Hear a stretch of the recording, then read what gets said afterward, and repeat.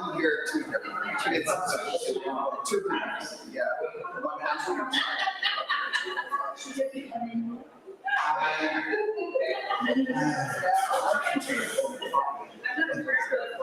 we have them there now because they don't like it. They don't like it. They're either they don't like it. Usually, rinse them out, just put it out. He said that's how they like it. And then I get to read that after service. Should be. Full and that, and then two halves. But this should be the G-shaped. Or is that me? G-shaped. Do you like it to match or is that okay? Yes.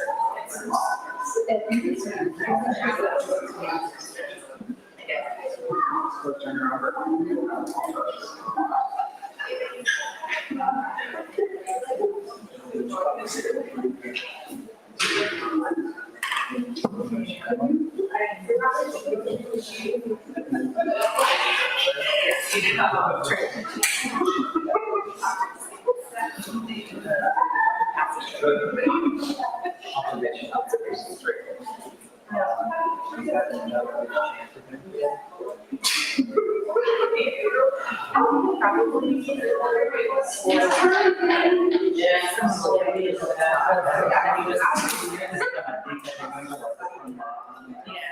We usually do others to try those, but she occasionally.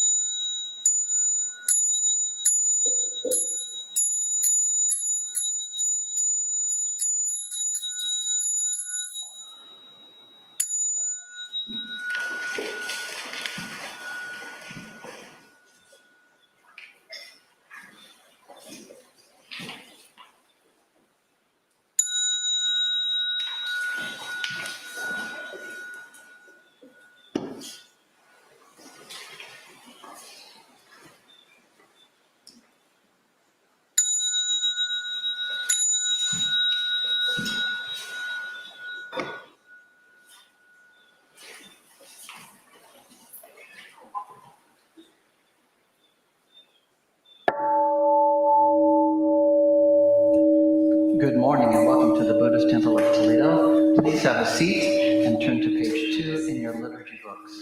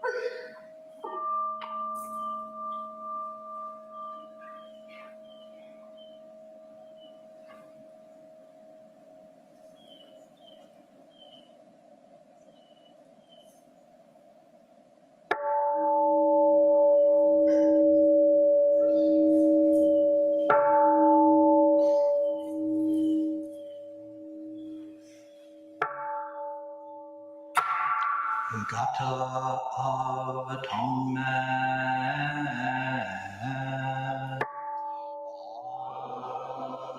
All evil karma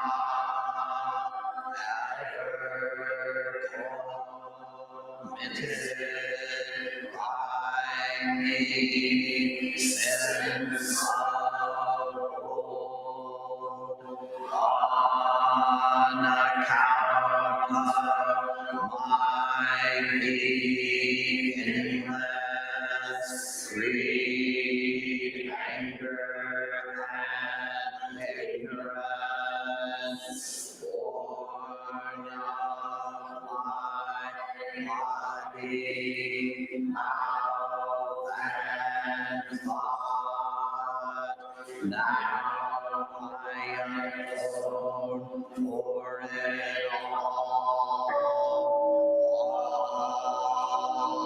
Evil karma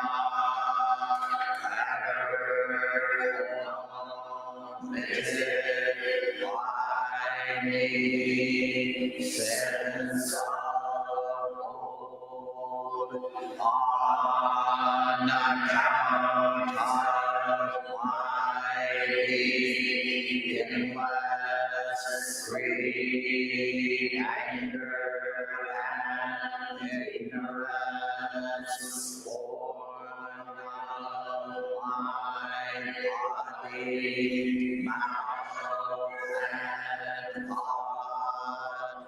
Now I atone for it all. Evil karma committed by me, sins of old, on account of my beginningless greed, anger, and ignorance, born of my body, mouth, and thought. Now I atone for it all.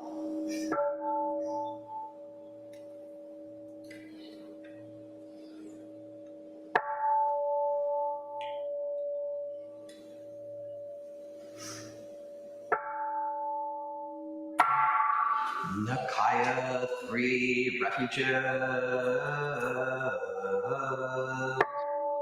Buddham Saranam Gacchami. Buddham Saranam Gacchami. Dhammam Saranam Gacchami.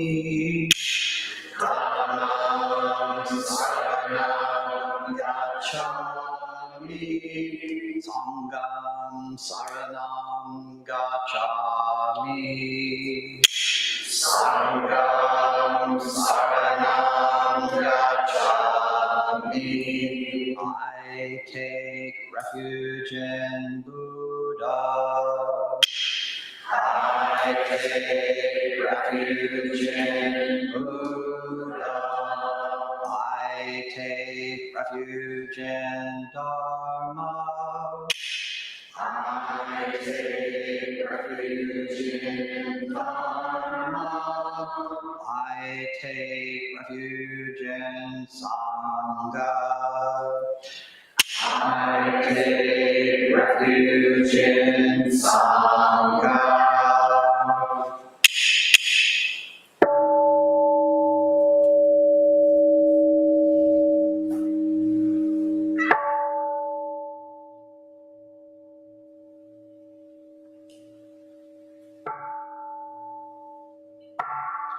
The 5 remembrances. I am of the nature to grow old. There is no way to escape growing old. I am of the nature to have ill health. There is no way to escape having ill health. I am of the nature to die. There is no way to escape death. All that is dear to me and everyone I love are of the nature of change. There is no way to escape being separated from them. My deeds are my closest companions. I am the beneficiary of my deeds. My deeds are the ground on which I stand. I am of the nature to grow old. There is no way to escape growing old. I am of the nature to have ill health. There is no way to escape having ill health. I am the nature to die. There is no way to escape death. All that is dear to me and everyone I love are of the nature of change. There is no way to escape being separated from them. My deeds are my closest companions. I am the beneficiary of my deeds. My deeds are the ground on which I stand. I am of the nature to grow old. There is no way to escape growing old. I am of the nature to have ill health. There is no way to escape having ill health. I am of the nature to die. There is no way to escape death. All that is dear to me and everyone I love are of the nature of change. There is no way to escape being separated from them. My deeds are my closest companions. I am the beneficiary of my deeds. My deeds are the ground on which I stand. This precious human life, rarely encountered, is easily lost. Now that I have life and opportunity, may I practice the Dharma wholeheartedly.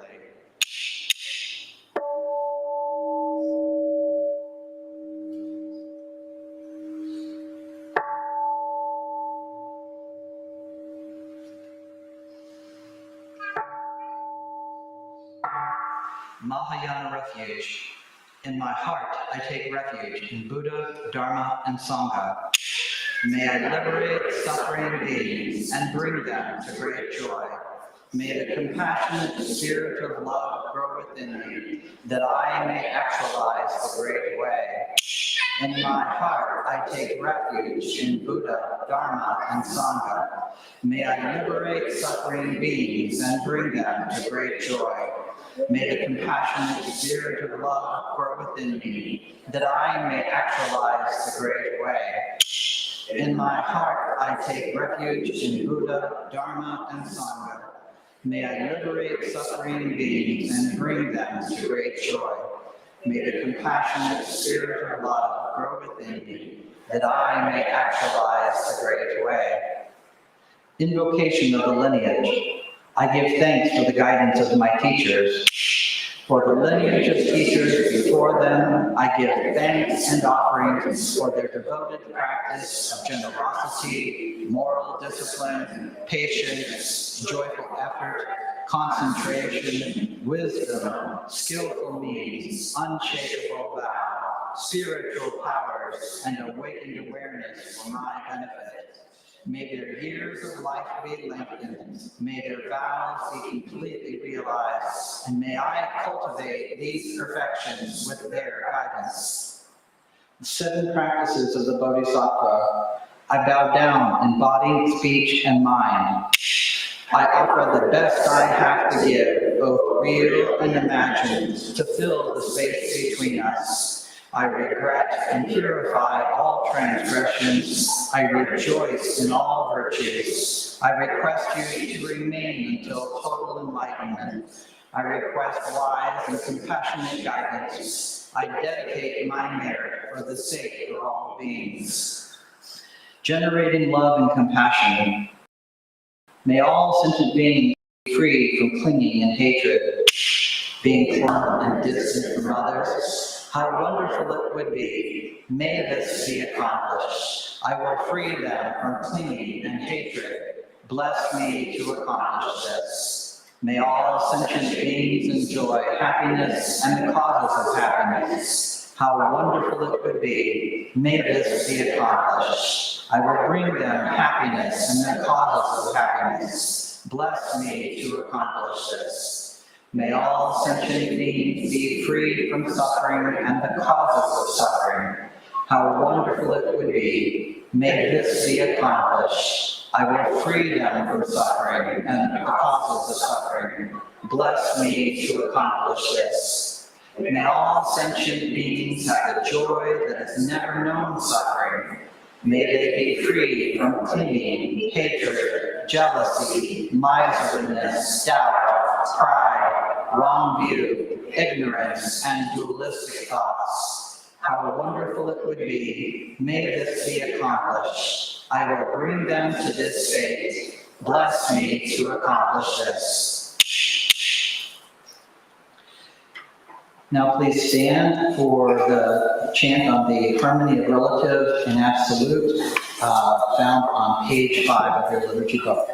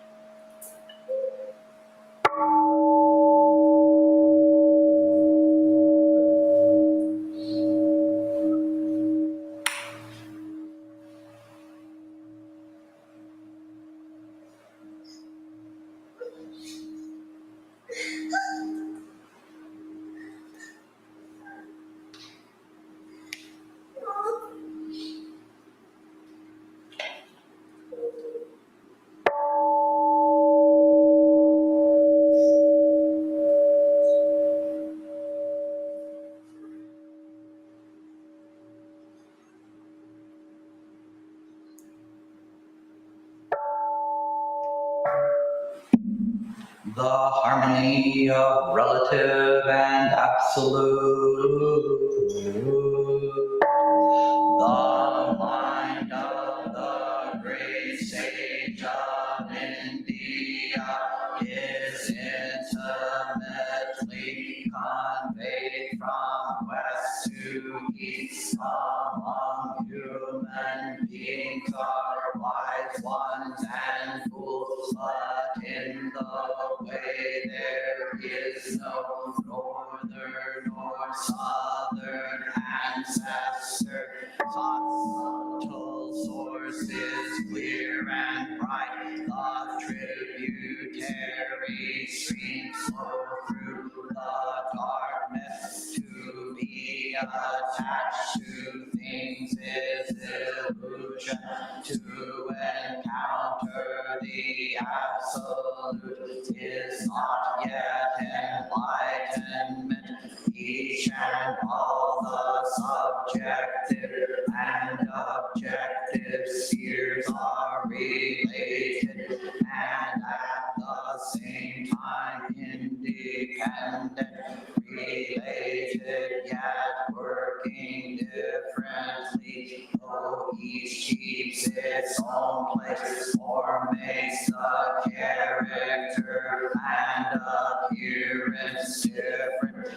sounds distinguish comfort and discomfort.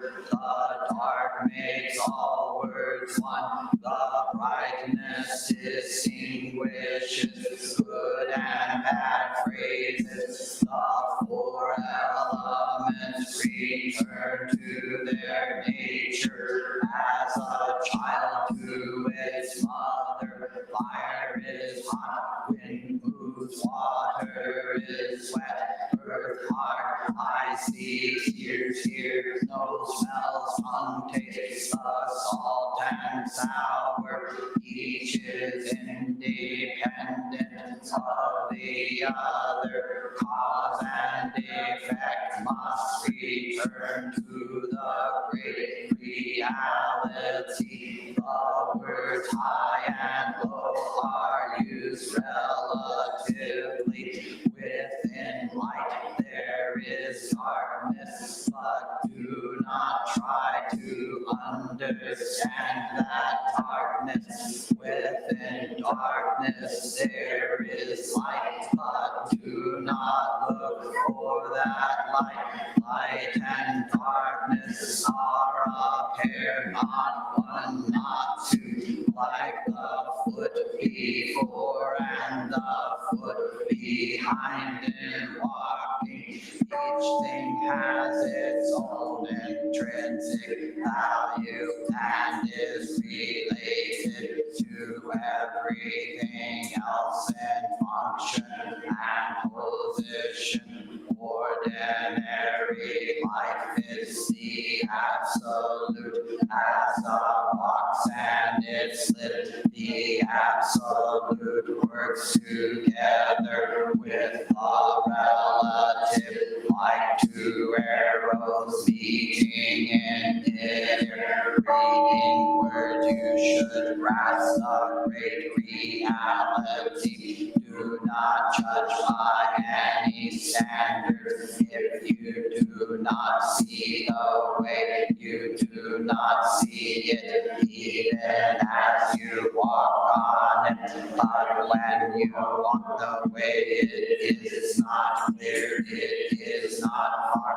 But if you are confused, mountains and rivers block your way. I respectfully urge you to study the mystery. Do not pass your days and nights in vain.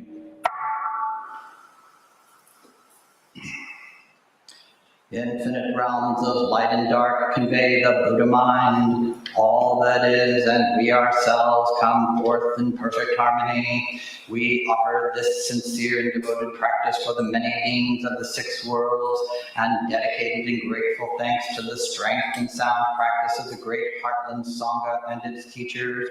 May our virtuous actions be clear from all interferences, and may our vows be fully realized. We especially dedicate these merits to Ian, Roger, Debbie, Soke, Hazel, Stephen, Christine, Mary, Michael, Troy, Lise, Eugen, Monica, and William. May they have peace and healing. And we dedicate these merits to Sandra, Jane, Angie, Toby, Mr. Perkins, and Joanne at the time of their death. We also dedicate this merit to those whose names we hold in the silence of our hearts, as well as those whose names we now voice aloud.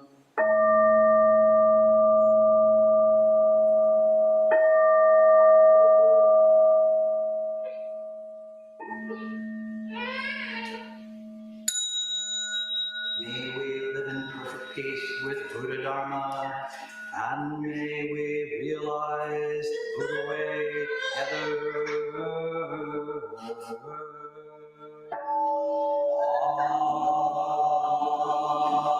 All Buddhas throughout space and time, all honored ones, Bodhisattva, Mahasattvas, wisdom beyond wisdom, Maharajna, Aurangzeba.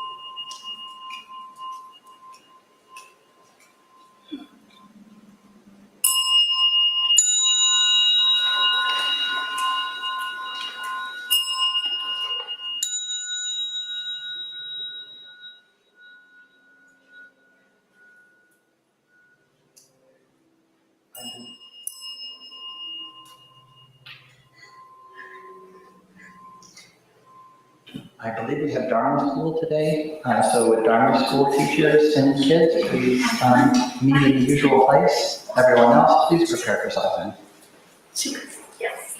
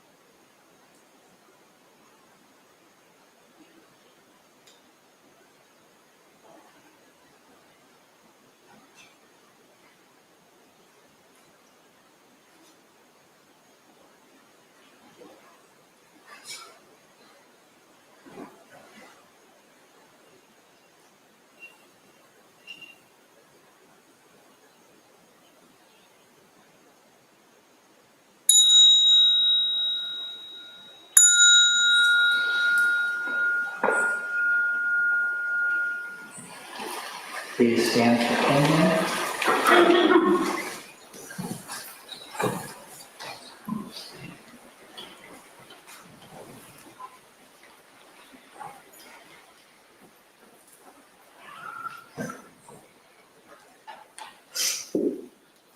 sound of the clappers, the first and third rows will turn to the right, second and fourth rows will turn to the left.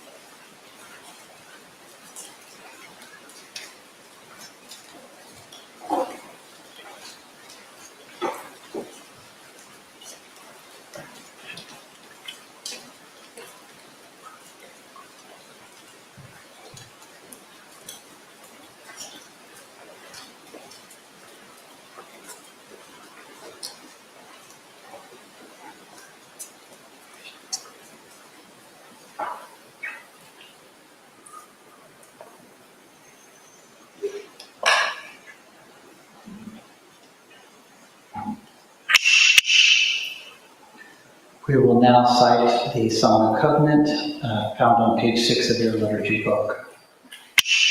We, the Daishin Kokoji Sangha, with respect for the worth and dignity of each person, with wonder at the wisdom and compassion we seek to cultivate by practice, and with deep gratitude for the teachers of this lineage and our connection to one another, covenant to support each other by upholding the precepts of doing no harm, practicing good, and actualizing good for others.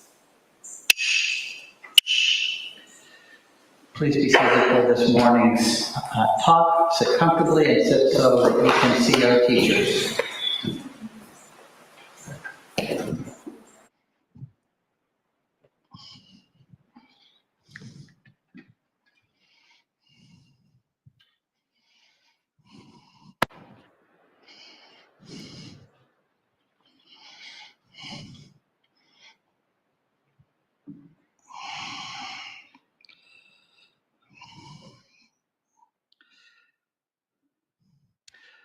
In a moment, we will recite the Gatha on opening the sutra, which is found on page 8 of your liturgy books.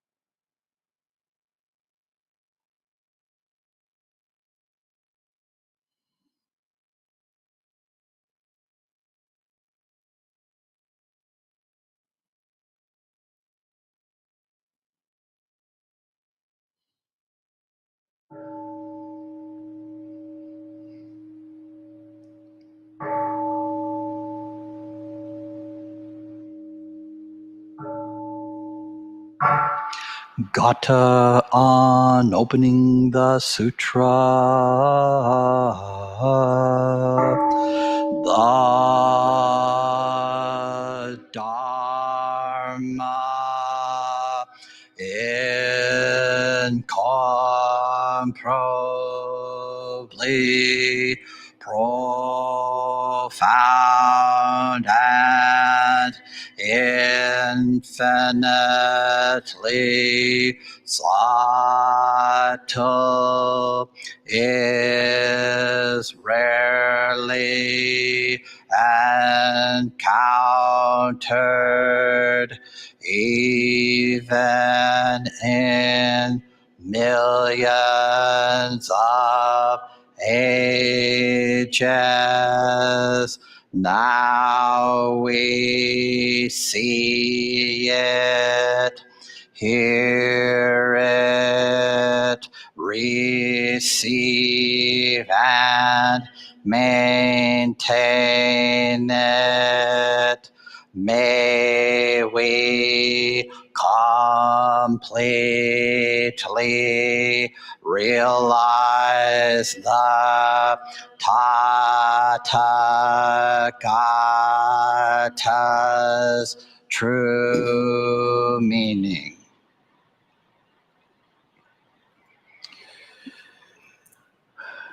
So good morning, everybody. Thank you very much for being here. If you're feeling distance, like there's some gap between us, you're welcome to stay back there where you think it's safe, or you can come in and be a little closer. Either way is fine. So today, Jakai is here with me, and we're going to together give a little bit of a presentation about some issues that are very important to the life of the Sangha and how things have been developing.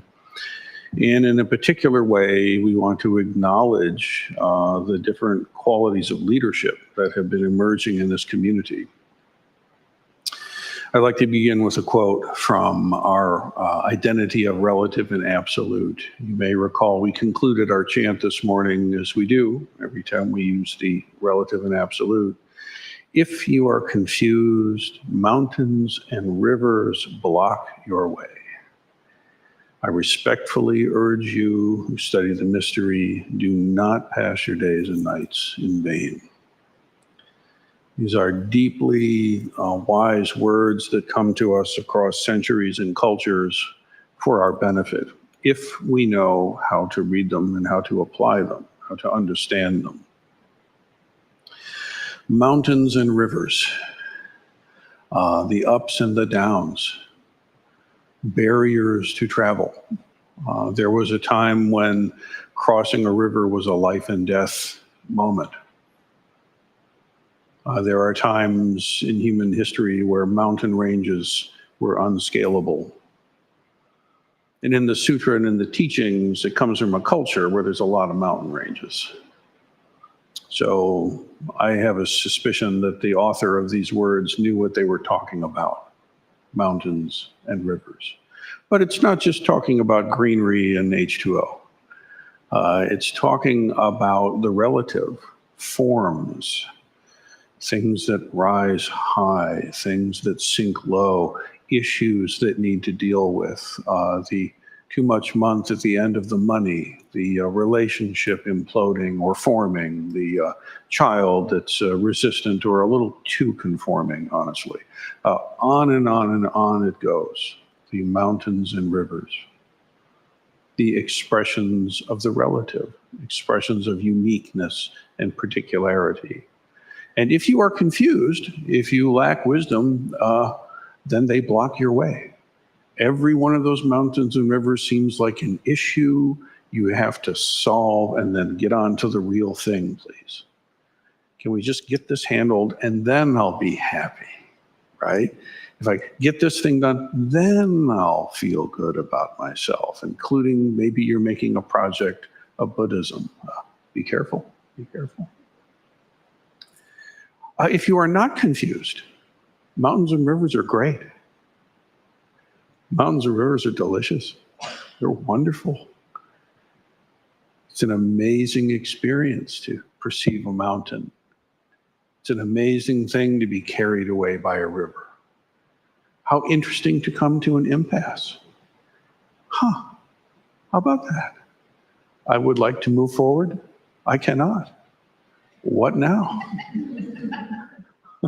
Let's see. How interesting. As opposed to, let's all do that together. Come on.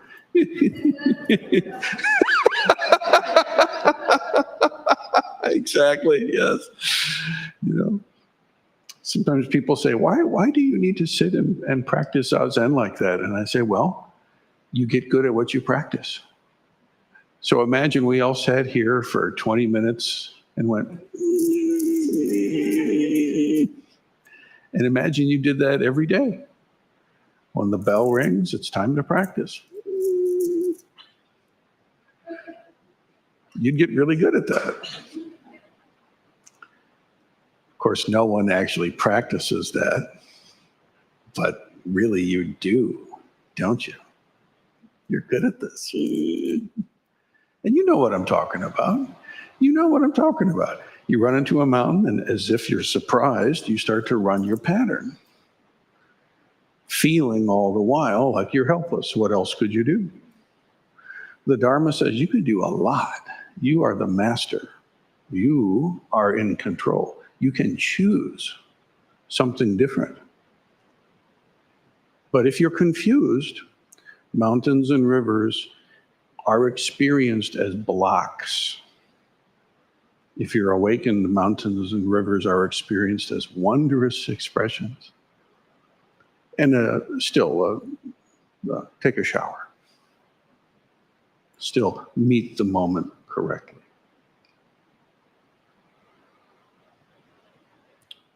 I respectfully urge you who study the great way,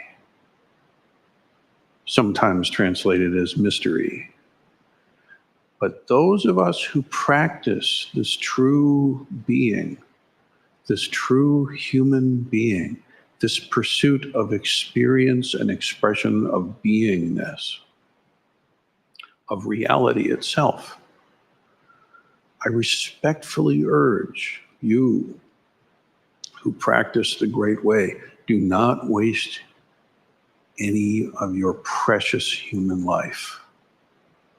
You have this precious opportunity in this form. Yes, this form, the way it actually is.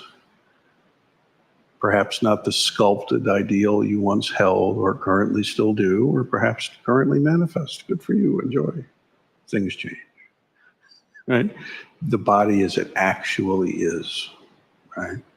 Do not waste your time in vain. So what does it mean to embrace the mountains and rivers joyfully? What does it mean to really study and practice and realize the great way? What does it mean to not pass the days and nights in vain? You see, is it possible to get a bunch of stuff checked off your list and still have passed the time in vain? Yeah. You get a certain number of decades under your belt, you go, what the hell? All these lists of stuff done, and I still feel like a schmo? What's going on? What's happening here? How do we pass the days and nights in joy, in bliss, in meaningful contribution and full contact with the reality of our life? Well, this is the job of the Sangha. High bar, right? And so every aspect of the Sangha life needs to be an expression of and an opportunity to train in this realization of awakening.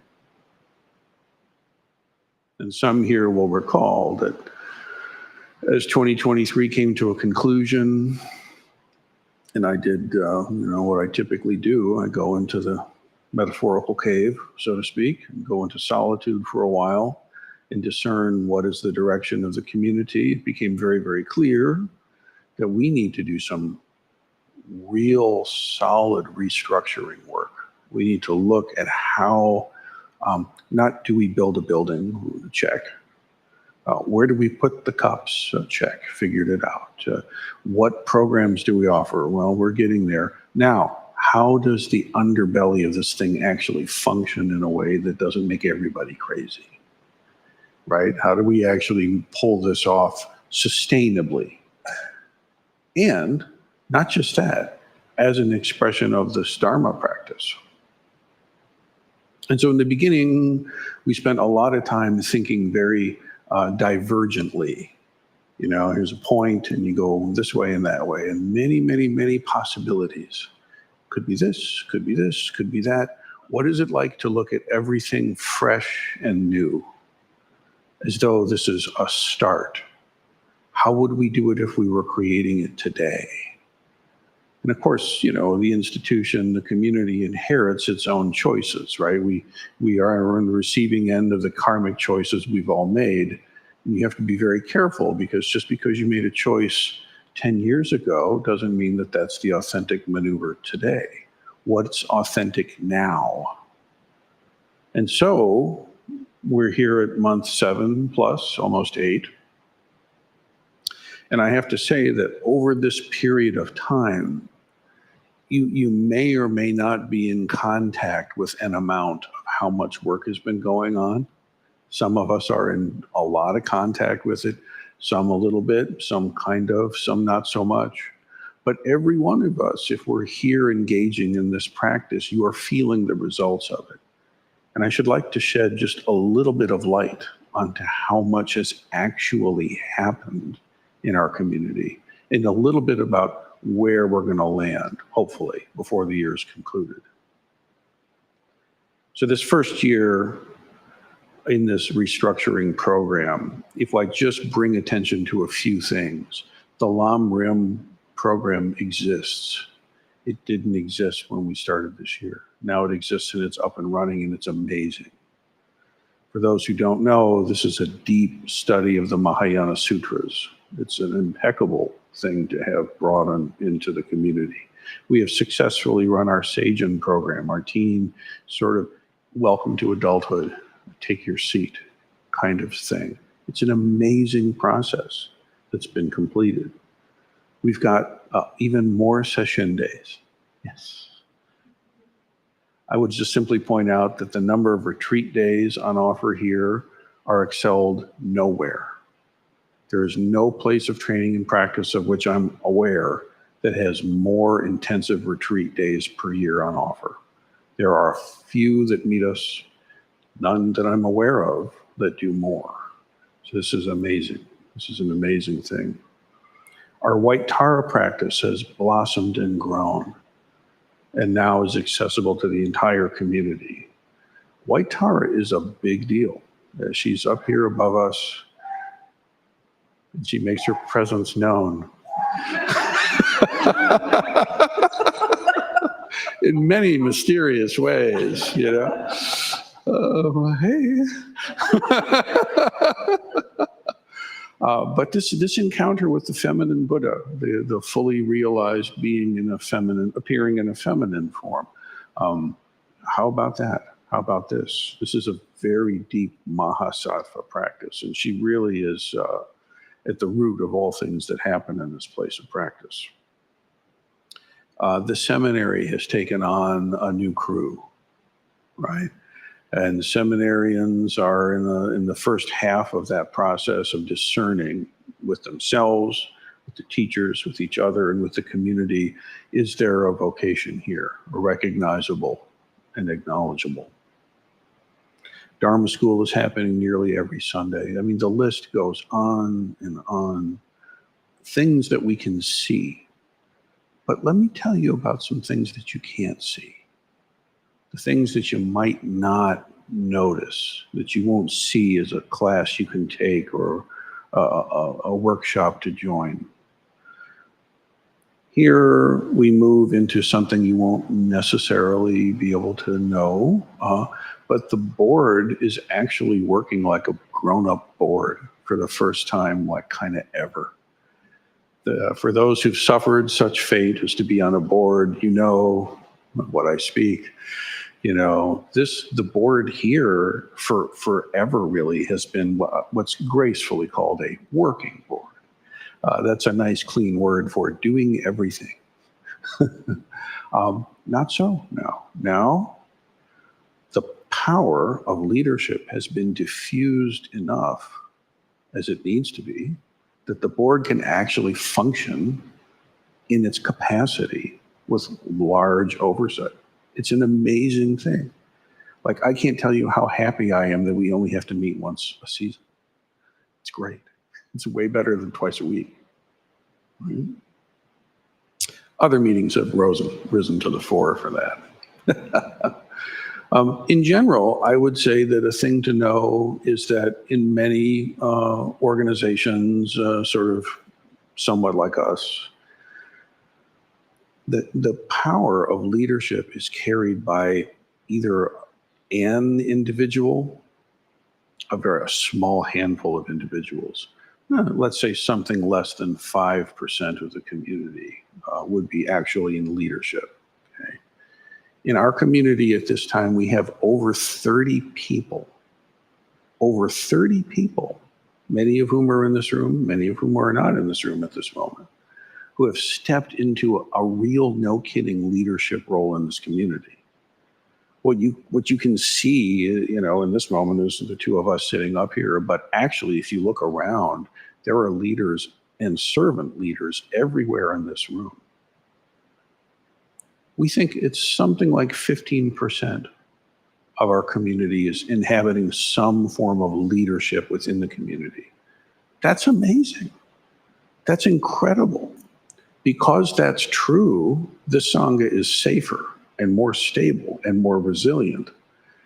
People are able to actually focus on areas of competence and bring those gifts to the community. And each step along this process, I should say, is progress, wherein that new friend who's just wandering in saying, gosh, I wonder about this, they are ever better met.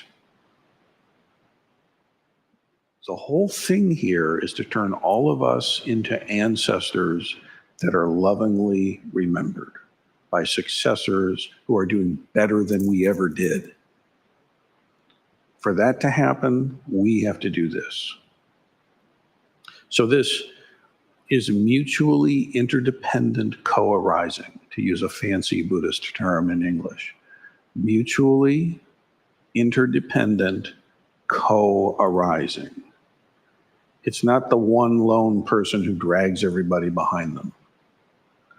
It's not the one lone person hypnotizing the crowd into just like checking their intelligence at the door. No. It's quite the opposite. It's the entire Sangha is mutually arising together, including all of us. If you're in no recognizable leadership position in the temple, yes, you are. You lead your own life. That's the leadership that really matters anyway. You are in the center of your life, like it or not. There you are. You can give that job to no one. There's no way to outsource that. That's you. How are you going to do that? What does it mean to not waste your days and nights in vain? So you see, the leadership experience that comes at this temple and the practice that comes at this temple is not just getting things done, so like we're sweet. The thing is training and practicing so that when we leave these grounds and we go back to the karmic unfoldings of our lives, please do, that you meet those karmic unfoldings as Buddha, as a Mahasattva Bodhisattva in this world. Yes, with these people, and yes, dealing with these situations. Exactly those.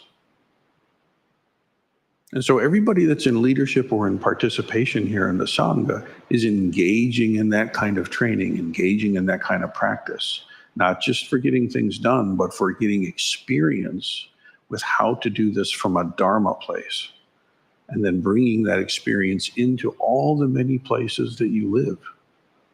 And I see it happening. I wish everybody could see it from the perspective that I'm privileged to at this time. I can look around the room and I have some sense of where folks are manifesting in the world, or a sense of it anyway. And it's amazing. It's impressive and it's inspiring. So this mutual, independent, co-arising leadership. There's a long list here, and our time is moving quickly. I'm just going to say in brief that all of the leadership in this community comes from the lineage of ancestors. Me, Sensei, the new person walking in, the people who haven't shown up yet, we all are swimming in the stream of the ancestors. So the ancestors really are the source of the authority in this community in an extraordinarily alive and real way. Not just the Buddha, but all the lineage of successors since then. My transmitting teachers and all of us here. We have the board, as I've mentioned. There's just so much. There's so much to try to mention. So I'll simply say this, there's a lot of really beautiful work going on to make this community safe and sound. The Guardian Coordinator, the Ear Council Coordinator was Zuise and Chuso. The Shoken Coordinator, Kensei. The Lam Rim Coordinator, Suiho. The Jakai Coordinator is Enmei. The Teen Coordinator, the Seijin, was Reverend Kaishin. The Book of Form Coordinator is Shokai. Tanto and Sesshin Coordinator is Ankin. Head Liturgy Coordinator Lead is also Ankin. Sangha House Residential Program Coordinator. Oh, did I mention we have a residential program in full swing? Oh yeah, that's a thing. That's being organized. The Teen Dharma Coordinator is Eka. Dharma School, Kinsho is coordinating, doing an amazing job with this. Establishing practice class with Jakai. The Sangha Circle Coordinator is Ryushi. Sangha Care Coordinator. Families get in trouble, folks need help. We respond to that. Ayun, thank you for coordinating this. Shokai coordinates the Ongos. Kitchen coordinators, we have Sesshin Tenzo coordinator of Kosho, and the Daily Temple Tenzo coordinator of Secho. Daitoku coordinates a ton of stuff. Hey, she's running the show. That's good. Our death and dying team, Chujin is coordinating, and that committee has done an amazing job. In fact, it's almost done so well that it's no longer needed. It's amazing. Congratulations, you've made yourself unneeded. That's a great. I aspire to this myself. But seriously, I mean, that whole business of what happens with your funeral. What happens with that? How does that work here? It's a huge thing to think about, right? What else have we? Sewing coordinator with Kaishin, building and faculty and facility and grounds. You realize we have 3 buildings on campus and 20 some acres. It's an amazing amount of stuff to coordinate that Kokai does handsomely, right? Reverend Suise is coordinating development, which has to do with long-term sustainability for the project. Membership coordinator is Jakai. Kigetsu is an amazing coordinator for the distance members. If the eyes start to glaze over, try to open them anyway, because each of these names that I'm saying too quickly represents a ton of sincere and dedicated effort. The calendar, that's easy. We'll mention it anyway. Kensei does that.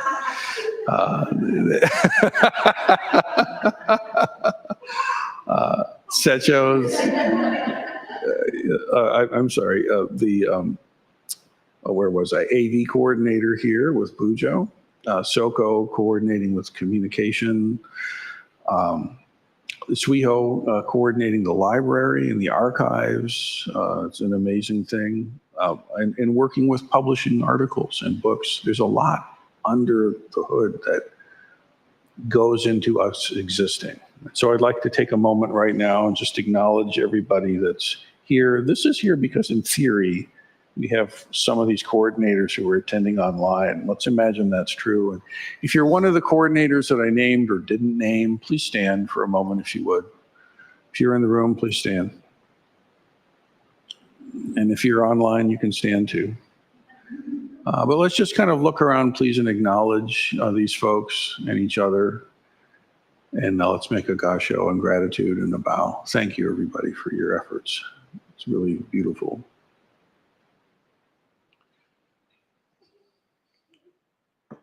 Now, to conclude, Jakai and I wanted to speak a little bit about how we see this converging towards the solstice. Here we are just past the midsummer moment. We're moving ever towards the winter solstice. And the idea, what we need to shift gears from this divergent moment to converging into clarity, right? You can't just keep wondering about possibilities forever. Eventually, the sculptor has to say, it's going to be a seagull. Let's go and start chipping away and making decisions, right?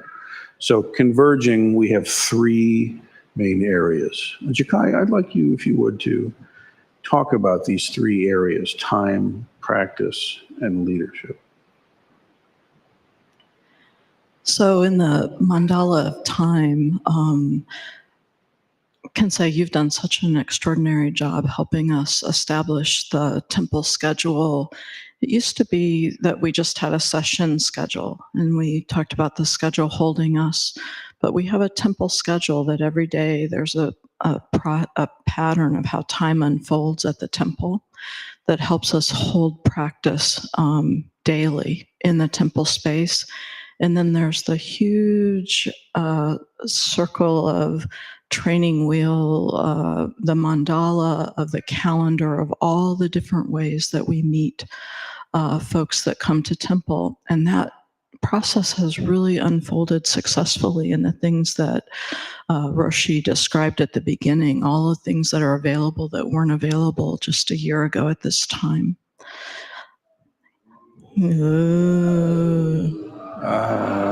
Yes, yeah. And so there are three mandalas, and one of them is time, and the second one is a mandala of practice and engagement. And this is one that the clergy and the teachers have been working intensively on, and that it's continuing to unfold. And I'd just like to point out an example of this that for those of you who are relatively new members, we are trying to meet our new members from the very beginning of when you come in as a visitor. Think about membership, meeting folks differently than just drop a dollar in the basket and sign up and you're a member. We're really trying to develop relationships and think about your relationship with the teachers, your practice, and your connection to the Sangha. And so wherever you are in the training mandala, in the practice and engagement of your life in the temple, we're thinking through what are these elements that make this area of practice unique. And so that's the second area. And then the third mandala is the leadership mandala. And for those of you who work in the business world, you might think of an organizational chart or something. This is kind of what we're doing, but it's more of a visual.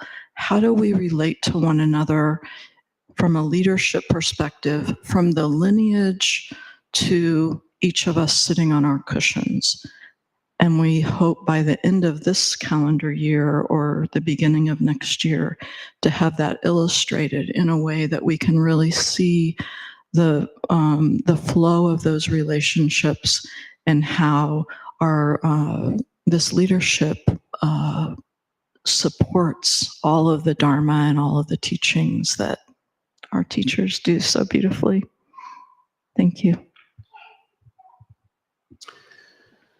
So three things that we're going to try to bring to a landing. One, the mandala of time. This time mandala holds the schedule of all the events. Time and being are not separate. So it's the mandala of beingness also. The mandala of practice, of Dharma practice. All the different ways to enter and positions to hold in the mandala are beautiful and central and particular. What are those particulars?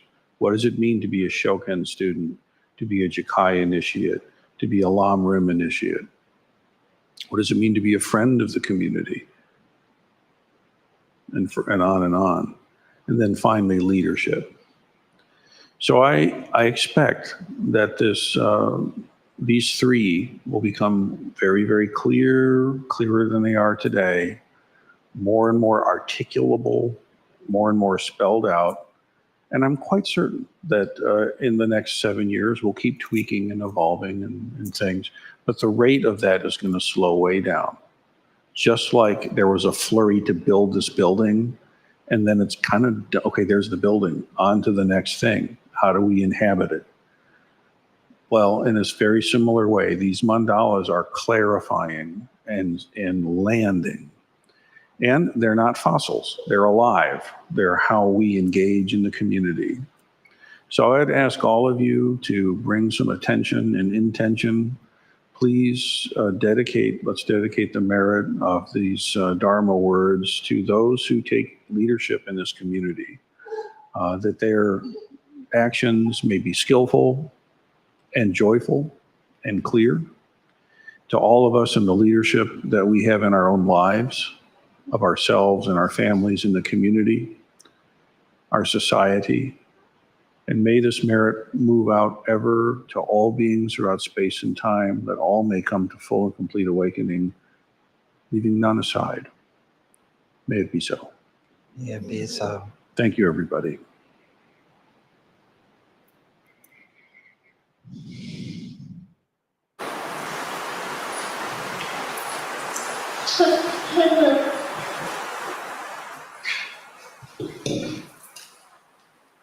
We'll now conclude with the Bodhisattva vows found on page 8 of your liturgy book.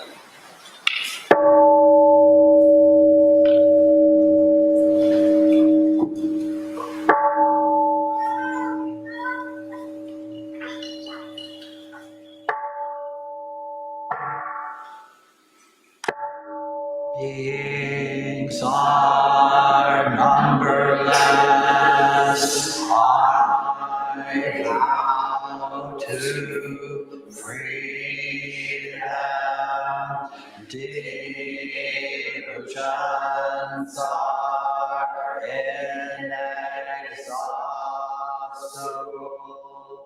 I vow to end them. Dharma gates are boundless. I vow to enter them. The Buddha way is unsurpassable. I vow to embody it. Beings are numberless. I vow to free them. Devotions are inexhaustible. I vow to end them. Dharma gates are boundless. I vow to enter them. The Buddha way is unsurpassable. I vow to embody it. Beings are numberless. I vow to freedom. Devotions are inexhaustible. I vow to end them. Dharma gates are boundless. I vow to enter them.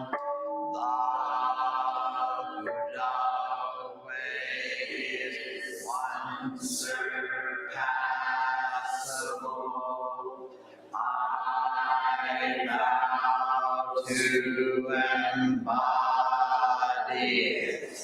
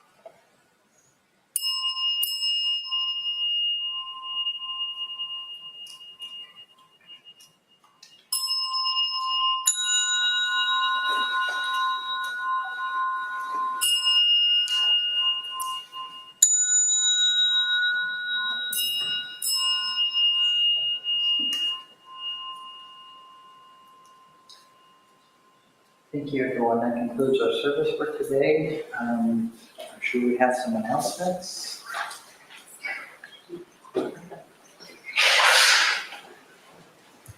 My name is Tyson. I believe some communications have come around regarding the upcoming cookout and the arts night. So please do check those out. It is bring your own barbecue.